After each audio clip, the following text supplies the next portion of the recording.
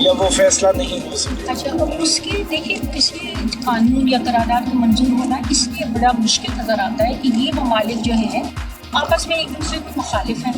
آپ دیکھا جی یہ مفادات جو ہیں ایک دوسرے سے ٹکراتے ہیں. اچھا، میں صرف بڑی مزے کی بات یہ ہے کہ سلامتی کونسل میں 5 جو پرماننٹ ممبرس ہیں، ٹھیک ہے، رشیا، چائنا اور امریکہ اور فرانس اور برطانیہ ہے. دنیا میں یہ امن قائم کرنے کے لیے پرماننٹ ممبرس ہیں. ہسٹری اٹھا کے دیکھ لیں تو جتنی بھی جنگیں کی ہیں یہ چھیڑی ہیں انہی لوگوں نے کی ہیں، اور اغراض و مقاصد بھی ان کے کوئی اچھے نہیں تھے. لوٹ ماری تھا نا، برطانیہ نے برے صغیر کے ساتھ جو کیا، پھر امریکہ نے جو کیا عراق میں، افغانستان میں، پھر جو اس کے ہیں الائز ہیں، 7 جو ہیں قوتیں ہیں، برطانیہ ہے یا فرانس ہے، وہ بھی اگر اسے سپورٹ کرتے ہیں. اب یہ نیٹو فورسز کے لیے جو سپورٹ کرتے ہیں کنٹریز، تو انہیں ان کا شیئر دیا جاتا ہے.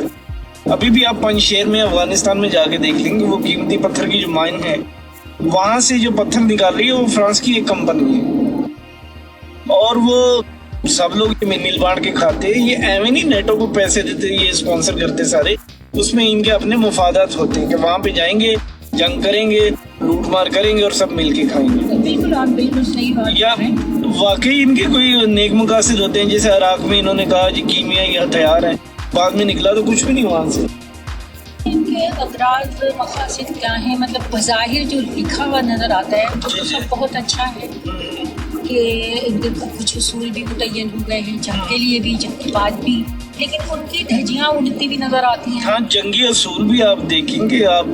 تو اب ہم ایک سرسری سے یہ دیکھ کے ہمیں بات سمجھ میں آ جاتی ہے کہ UNO بھی خاص طور سے اگر ہم اسلامک بلاک کی بات کریں یا مسلمان کنٹریز کی بات کریں تو وہاں پہ یہ کوئی ایسا کردار یعنی پازیٹیو کہہ لیں یا ان کے مقاصد کے حساب سے نہیں نظر آتا ہے، بلکہ ان کو کافی حد تک نقصان پہنچا ہے.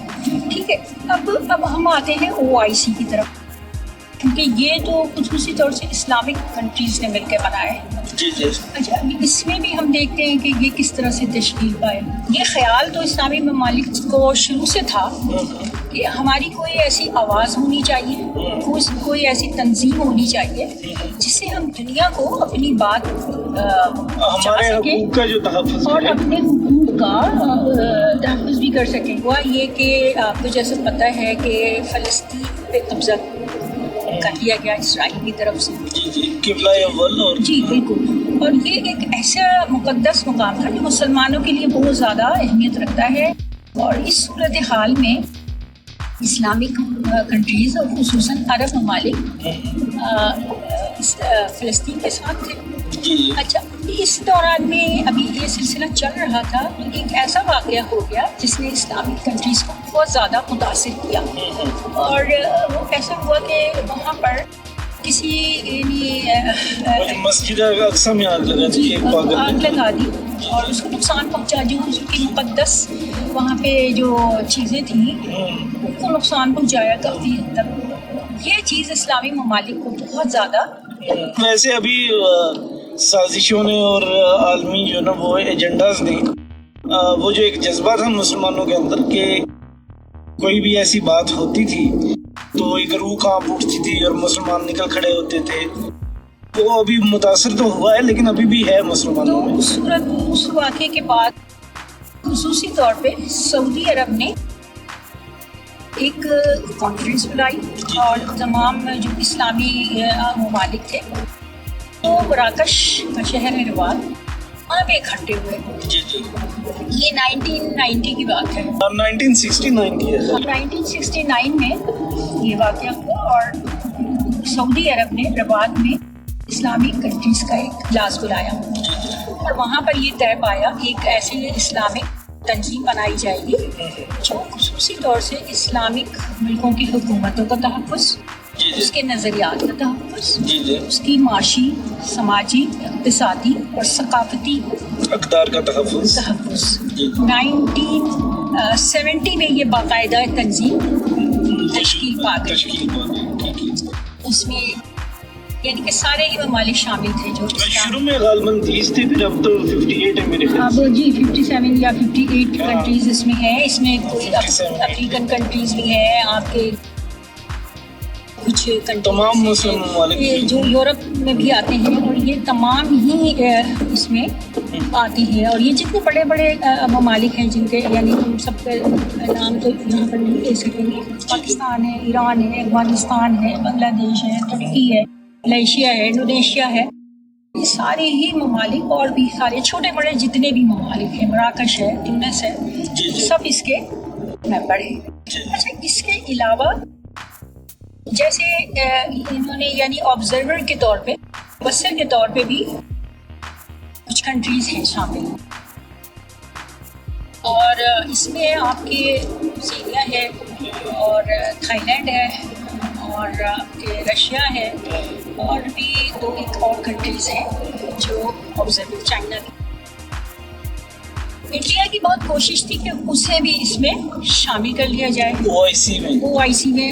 غالباً اس کا یہ مدعا تھا کہ چونکہ بھارت میں مسلمانوں کی کثیر تعداد ہے، تو بھارت میں موجود مسلمانوں کی نمائندگی کے لیے اسے بھی شامل کیا جائے اس میں. جی، اور سعودی عرب اس فیور میں تھا کہ انڈیا کو مبصر کے طور پہ شامل کر دیا جائے، لیکن پاکستان نے اس کی سختی سے مخالفت کی اور یہ ہونے نہیں دیا. اب ہم یہ لیکن ابھی کچھ عرصے پہلے آپ کو شاید یاد ہو کہ انڈیا کی یہ خواہش بھی پوری ہو گئی ہے کہ مبصر کے طور پہ اس کو شامل کر لیا جائے. جب یہ سشما سوراج نے جس وقت کو اس کی نمائندگی کی تھی اور پاکستان نے اس کی بہت مخالفت کی تھی اور احتجاجاً انہوں نے اس میں شرکت سے بھی منع کیا تھا، لیکن اس کے باوجود انہوں نے اسے پریفرنس دی تھی. ایسا پہلے بھی ایک دفعہ ہو چکا، لیکن اس وقت پاکستان کی اہمیت یہ تھی کہ جب پاکستان نے اعتراض کیا اس چیز پہ تو بھارتی وفد کو راستے میں سے واپس بھیج دیا گیا تھا. اس دفعہ احتجاج کا صرف خوف ہی نہیں تھا، احتجاج کیا گیا، اور جو ہمارے وزیر خارجہ ہیں انہوں نے باقاعدہ اس سے بائیکاٹ کیا، لیکن اس کے باوجود انہیں پریفرنس دی گئی اور انڈین جو ہے انہیں سشما سوراج کو. ہم یہ دیکھ رہے ہیں کہ جو OIC کے جو اجلاس ہوتے ہیں، جو اس کی کنٹریز ہیں، ان میں قراردادیں تو بہت منظور کر لیتے ہیں اور سب اس وقت متفق بھی ہوتے ہیں کسی بھی معاملے میں، لیکن ان کے بھی مفادات جو ہیں ان کے نظریات کے حساب سے، ان کے اور دوسری وجوہات کی بنا پر ایک دوسرے سے ٹکراتے بھی ہیں. تو وقتی طور پہ وہ وہاں پہ قراردادیں منظور ہو جاتی ہیں، لیکن عملی طور پہ کچھ نہیں ہوتا ہے.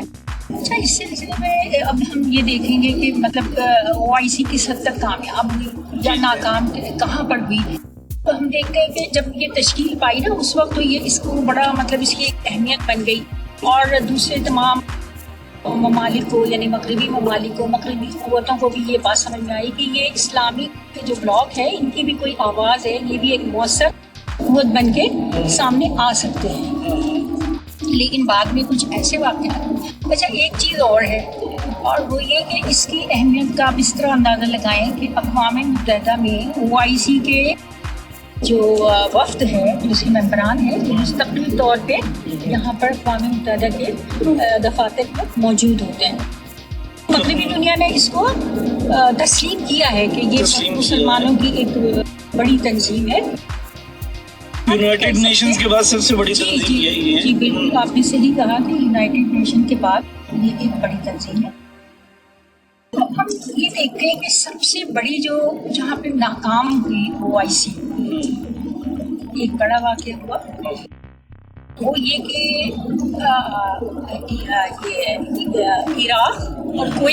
عراق اور ایران کی جنگ، یہ جنگ اس طرح سے ہوئی دونوں نے ایک دوسرے کو بھرپور انداز سے نقصان پہنچایا، اور تقریباً 10 سال تک یہ جنگ چلی. اس درمیان میں یہ ہوا کہ کویت نے اس موقع کا فائدہ اٹھاتے ہوئے عراق کے جو جزیروں میں آئل تھا وہ بیچ دیا، اور اس کی جو رقم تھی وہ امریکہ کے بینکوں میں، وہ بالواسطہ تو وہ امریکہ ہی نے کیا نا.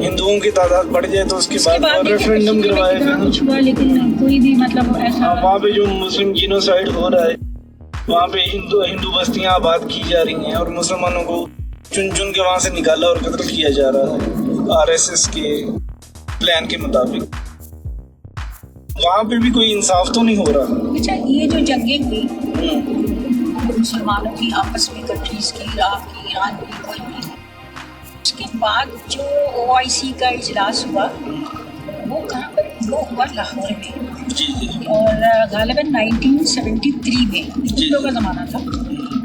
اور بھٹو کی ہم بہت ساری باتوں سے، اس کی پالیسیوں سے اختلاف کر سکتے ہیں، لیکن بھٹو کی جب بھی بات کی جائے گی اس کی اس کارنامے کو ضرور یاد رکھا جائے گا، کیونکہ اس نے یعنی اس سے پہلے بھی اجلاس ہوتے رہے ہیں OIC کے، لیکن وہ تمام لوگوں کو اکٹھا کرنے میں اس طرح کامیاب نہیں ہوئے. تمام ممالک کو جو مختلف، جن کے اپنے مفادات بھی ہوتے ہیں، نظریات بھی ہوتے ہیں، اس طرح سے اکٹھا کرنے میں کامیاب نہیں ہوئے تھے. جس طرح جو لاہور میں جب اجلاس ہوا ہے 1973 میں بھٹو نے، تو بھٹو کی کوششوں سے یہ جو ایک دوسرے کے مخالف تھے انہوں نے بھی شرکت کی.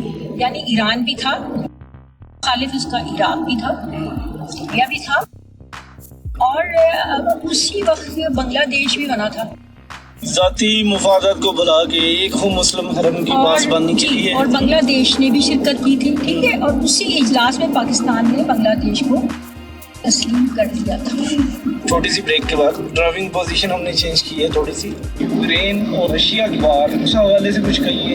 اس میں ویسے بڑا ایکٹیو ہے یہ یونائٹڈ نیشنز جو ہے. یوکرین میں جنگ کے بعد جو ہے بہت زیادہ ایکٹیو ہو گئے پورے یورپی یونین اور امریکہ اور یہ سارے کنٹریز، فرانس، یہ سارے مطلب ایکٹیو ہیں اور بہت زیادہ شور و غل کر رہے ہیں.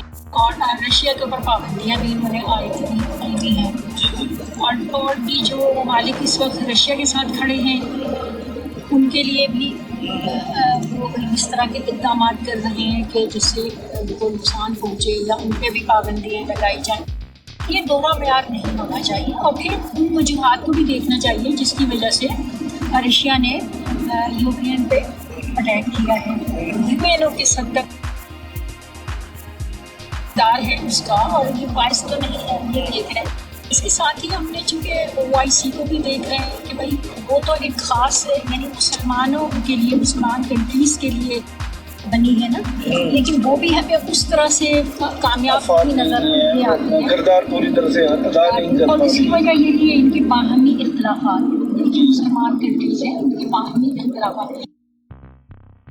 اس کے ساتھ ہی ہم دیکھتے ہیں کہ ابھی جو یہ کانفرنس ہو رہی ہے اسلام آباد میں، تو ہماری یہ دعا ہے کہ پاکستان اس میں بھرپور کردار ادا کرے، اور پاکستان کے جو بھی سربراہ ہیں، جو بھی اس طرح کے ہیں جو ان چیزوں کو ڈیل کرتے ہیں، وہ ایسی چیزیں لے کر آئیں اور ایسی قراردادیں ہوں یا ایسے عمل ہوں تو عملی طور پہ بھی نافذ کروا سکیں جو عالمی اسلام اور انسانیت کے لیے اسٹرانگ مطلب تنظیم کے طور پہ. اچھا، ہم عالمی اسلام انہوں نے ایسا چہرہ مسخ کیا ہے پروپیگنڈا سے کہ عالمی اسلام کا ہم نام لیتے ہیں تو جو لبرل لوگ ہیں میرے آپ کے جیسے تھوڑا سا خوفزدہ بھی ہوتے ہیں کہ عالمی اسلام سے مراد وہ تو نہیں کہ جناب کوڑے مارے جائیں گے اور زبردستی حجاب پہنایا جائے گا. تو نہیں ہوتی ہوں خوفزدہ. اور کیونکہ اگر آپ مطالعہ کریں اسلام کا اور آپ مطلب نہیں، حقیقی اسلام تو بڑا لبرل ہے. ویسے میں کہہ رہا ہوں کہ ان لوگوں نے کہہ سکتے ہیں کہ جو جنرل عام طور سے جو ان لوگوں نے سازش کے تحت کہہ لیں یہ پروپیگنڈا سے ایک ایسا امیج کریٹ کرنے کی کوشش کی. یہ جو اسلاموفوبیا کی بات کر رہا ہوں کہ یہ صرف غیر مسلموں پہ نہیں ہے بلکہ تھوڑے سے جو روشن خیال اور لبرل مسلمان ہیں وہ بھی اسلاموفوبیا کا شکار. اس کے لیے اب آپ نے موضوع چھیڑا، میں پھر واپس OIC میں آؤں گی. جی، OIC کا کام یہ ہے. اس کے ساتھ ہی جہاں جنگوں اور امن کے علاوہ جو یعنی آپ یہ دیکھ لیجیے یعنی طویل عرصے سے مسلمانوں میں کوئی ایسا دانشور یعنی سائنسی فیلڈ میں سائنسی اس میں کوئی ایسی ایجاد یا اس طرح کی کوئی تعلیمی میدان میں مسلمان اس طرح سے نظر نہیں آ رہے ہیں. اور آپ جیسا کہ کہہ رہے ہیں کہ اس قسم کی غلط باتیں اور اسلام کا چہرہ مست نہ صرف مغربی طاقتیں یا وہ لوگ جو مسلمان نہیں ہیں ان کے ذہنوں میں ایک غلط تاثر ہے مسلمانوں عام مسلمانوں ہماری جو ہے وہ اتنا نئی جنریشن ہے ہماری یوتھ ہے اس کے ذہن خراب اس کا اتنا مطالعہ نہیں ہوتا ہے. اس پہ بھی کام کرنا چاہیے تاکہ اس کے لیے کرنا یہ چاہیے کہ ایک ایسا فنڈ ہو جو اچھا خاصا مطلب یہ سمجھ لیں کہ رقم مختص کی جائے جو ان کاموں پہ صرف کی جائے. دوسرے جو ممالک ہیں جو مغربی ممالک ہیں یورپ ہے امریکہ ہے وہاں پہ اپنے ایسے دفاتر قائم کیے جائے. وہاں پہ بڑے بڑے یعنی جو آپ کے کمی تو ہے نہیں جو دانشور ہیں جو اس طرح کے فیلڈ میں جو سائنس میں جو تعلیمی میدان میں ان کا وہاں پہ تعینات کیا جائے.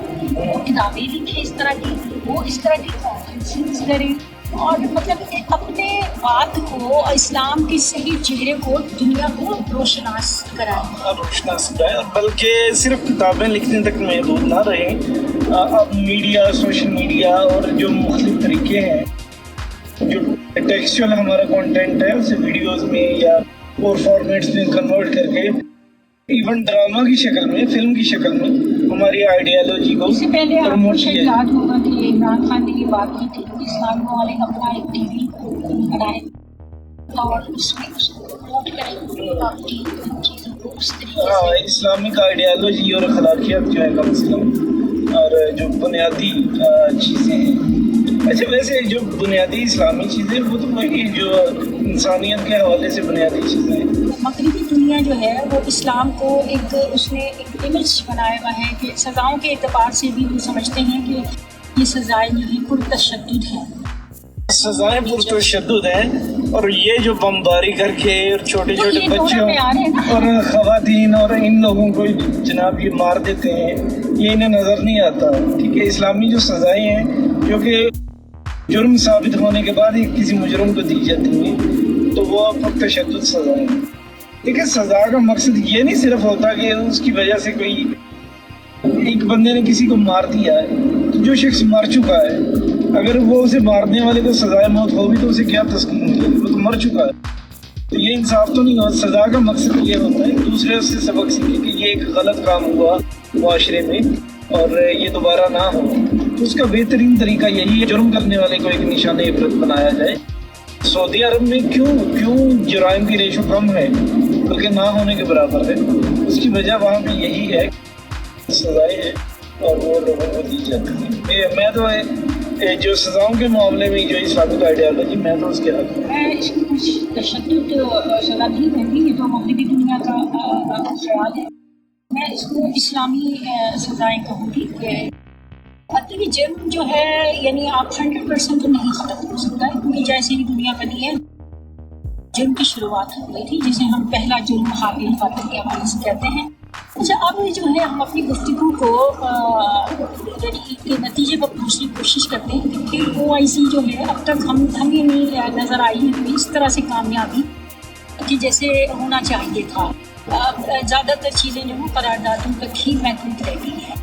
اس کے لیے میں سمجھتی ہوں کہ سب سے پہلے تو OIC میں جتنے بھی ممالک ہیں ان کو اپنے آپسی اختلافات کو ایک طرف رکھ کے صرف یعنی جیسے کہ اسلام میں بھی کچھ فرقے بھی ہیں اور اس طرح کے بھی بلاک ہیں نظریاتی اختلاف رکھتے ہوئے اپنی دوسری مفادات کو بھی ایک طرف رکھتے ہوئے ایک مسلم کے طور پہ ایک ہو مسلم حرم کی پاسبانی کے لیے بہت پہلے کہا گیا تھا لیکن اس وقت اس کی اشد ضرورت ہے. اور اس کے لیے وہ مختلف اسلامک ممالک میں جو ہے جو اجلاس منعقد کرتے ہیں وہاں پہ نہ صرف یہ کہ جنگ ہونے کی صورت میں یا کوئی ایسا واقعہ ہونے کی صورت میں اپنی کارکردگی دکھائیں یا اجلاس منعقد کریں بلکہ وہ اجلاس میں اور دوسری چیز یعنی کہ جیسے ہم نے پہلے بات کی تھی کہ یہ نہ صرف یعنی کہ امن جنگ اور اقتصادی معاملات کو دیکھتے ہیں بلکہ یہ سماجی اور ثقافتی معاملات کو بھی دیکھتے ہیں. تو یہ ایک دوسرے کے ممالک میں اپنے وفود بھیجیں اور اس طرح کی ثقافت کو بھی شناس کرائیں تاکہ آپس میں ان میں ایک یعنی قریب آئیں، یہ ایک دوسرے سے قریب آئیں. اس کے علاوہ تعلیمی میدان میں خصوصی طور پہ کام کریں اور جو دیکھیں کہ کسی بھی مسلم ممالک میں جو جس طرح کے باہر کے کوئی کمی ہے کہ جب کوئی انٹیلیجنٹ نظر آتا ہے تو وہ بچے کو بھی ٹیلنٹ کو پروموٹ کیا جائے اور ٹیلنٹ کو پروموٹ کیا جائے، اس طرح کے اسکالرشپ دیے جائیں جو کہ ہیں بھی، لیکن اس کو اور بڑے پیمانے اسرائیل کی جو سب سے بڑی کامیابی جہاں سے اس نے حاصل کی نا وہ ٹیلنٹ سے کی، خاص طور سے اسلام اور یا مسلمان جو ہے سائنس اور ٹیکنالوجی میں کافی پیچھے ہے. آپ کیا کہتے ہیں؟ بالکل اصل وجہ ہی ہماری ناکامی کی یا کم کامیابی کی یہی ہے کہ ہم نے سائنس اور ٹیکنالوجی پہ توجہ نہیں دی. اسرائیل کی میں بات کر رہا تھا کہ اس کی کامیابی کا راز یہی ہے کہ اس نے ٹیلنٹ پہ توجہ دی ہے. وہ ٹیلنٹڈ لوگوں کو لیتے ہیں، انہیں کہتے ہیں کہ آپ نئے آئیڈیاز جنریٹ کریں، کوئی نئی پروڈکٹ انٹروڈیوس کروائیں. جب وہ پروڈکٹ انٹروڈیوس کرواتے ہیں پھر وہ اپنے بزنس مین کو وہ آئیڈیا سیل آؤٹ کرتے ہیں اور ان کا بزنس مین پوری دنیا کے اندر وہ پیسہ لگا کے اس ٹیلنٹ پر انویسٹمنٹ کی جاتی ہے. جو لوگ ٹیلنٹڈ ہوتے ہیں اور آئیڈیاز پہ کام کرنا چاہتے ہیں انہیں گورنمنٹ کی سپورٹ ہوتی ہے، انہیں فنڈس دیے جاتے ہیں. ہمارے ہاں اگر کوئی ٹیلنٹڈ ہوتا ہے، کوئی نیا آئیڈیا لے کر آتا ہے تو اسے یا تو جیل میں سڑنا پڑتا ہے یا پھر اس کی کہیں پہ بھی کوئی پذیرائی نہیں ہوتی اور الٹیمیٹلی وہ روٹی روزی کے چکر میں کچھ اور کرنے لگ جاتا ہے. بہت سارا ٹیلنٹ یہاں پہ ویسٹ ہو جاتا ہے.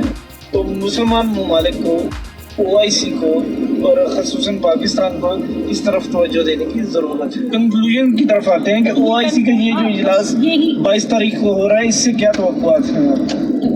تو اچھی ہی رکھنی چاہیے. جی جی. اور یہ اجلاس کے بعد جو ہے یہی ہمیں پتہ چلے گا کہ یہ کس طریقے سے مطلب کس حد تک کامیاب رہی ہے. کامیاب تو رہی انشاءاللہ میری دعا بھی ہے. اور کنکلوژن تو ہم نے دے دیا ہے کہ ان یعنی کہ فیلڈ میں کام کرنا چاہیے OIC کو، اور وہ خاص طور سے وہ ممالک جو جنگ کے حوالے سے جن پہ اثرات ہوئے ہیں اور ان کی عوام جو ہے اس جنگی اثرات کو بھگت رہی ہے، ان کے اوپر خصوصی توجہ دیں اور ان جنگی جرائم میں جو ملوث ہیں ان کے اوپر بھی اپنا اس طریقے سے اثر رسوخ استعمال کریں کہ ان کی آواز سنی جائے اور اس کا کوئی مطلب اثر، اور یہ صرف قراردادوں تک. بلا جواز جن لوگوں نے دنیا میں جنگ چھیڑی، یہ چھیڑ رہے ہیں بلا جواز، ان کی روک تھام کا کوئی اہتمام کیا جائے اور مسلم دنیا جو کہ در حقیقت مہذب دنیا ہے اسے تحفظ دیا جائے اور ان کے حقوق کو تحفظ دیا جائے. میں اس بات پہ اس نوٹ پہ اپنا آج کے پروگرام کو اختتام کرنا چاہوں گی کہ دعا ہے ہماری کہ یہ OIC جو ہے اس کی جو صحیح اغراض و مقاصد ہیں اس اجلاس کے بعد وہ کھل کر کے سامنے بھی آئیں اور ایک مضبوط ادارے کے طور پہ OIC سامنے آئے اور اپنا فعال کردار ادا کرے. اور میرے خیال سے جو یونائٹڈ نیشن والے جو معاملات ہیں، باقی دنیا بھی یونائٹڈ نیشنز اور OIC، یونائٹڈ نیشنز والے بھی اب سدھر جائیں تو بہتر ہے کہ جس دنیا کو انہوں نے جاہل رکھا ہوا تھا اور جاہل سمجھتے تھے اس کی آنکھیں بھی اب کھل چکی ہیں. تو آپ کو یہ انسانیت پرست، انسانیت کی بہتری کے لیے کوئی قوانین بنائیں، کچھ کام کریں اور OIC بھی اپنا بھرپور کردار ادا کرے. انسان سبھی برابر ہیں بطور انسان، افضل وہی ہے جس کے اعمال بہتر ہیں، جیسا کہ اسلام نے ہمیں سکھایا. ہم مسلمان جو ہیں سب کے حقوق کے تحفظ کی بات کرتے ہیں اور کہیں پہ بھی ظلم و جبر یا تشدد ہم اس کے حامی نہیں ہیں. OIC بھی ڈیفینیٹلی انسانیت کے لیے کام کرے گی، امید تو ہے. میں اپنے چینل کے دیکھنے والوں سے یہ ریکویسٹ کروں گی، ناظرین سے، کہ جو ہماری فیملی کا حصہ ہے کہ وہ اپنے چینل کو سبسکرائب کریں، لائک کریں، شیئر کریں اور بیل آئیکن کے بٹن کو بھی پریس کر دیں تاکہ جب بھی ہماری کوئی نئی ویڈیو آئے تو آپ سب سے پہلے ان کے پاس پہنچ جائے. جی ناظرین، ہمارا پروگرام آج کا آپ کو کیسا لگا؟ اپنے کمنٹس دیجیے گا اور پروگرام کو امپروو کرنے کے لیے، بہتر کرنے کے لیے اپنی رائے سے آگاہ کیجیے گا. اس کے ساتھ ہی میں آپ سب سے چاہتا ہوں کہ خدا حافظ.